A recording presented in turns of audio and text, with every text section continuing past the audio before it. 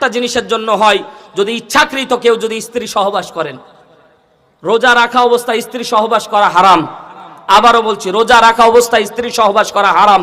কেউ যদি ইচ্ছাকৃত স্ত্রী সহবাস করেন, তাকে কাফফারা আদায় করতে হবে। কাফফারা আদায় করতে হবে 60টি রোজা, টানা 60টি রোজা রাখতে হবে টানা। একদিন যদি মিস করেন আবার 60 দিন। তাহলে সহজ, কাফফারা সহজ। ইচ্ছাকৃত কেউ যদি রোজা ভেঙে দেয়, কাফফারা দিতে হবে।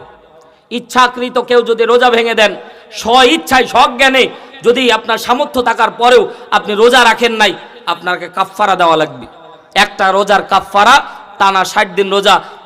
অনেক মুসনাদে আহমদের ভিতরে হাদিস এসেছে, আল্লাহর নবী বলে মরার আগ পর্যন্ত একটা রোজার কাফফারা আদায় করলেও এর সমপরিমাণ হবে না। সুবহানাল্লাহ।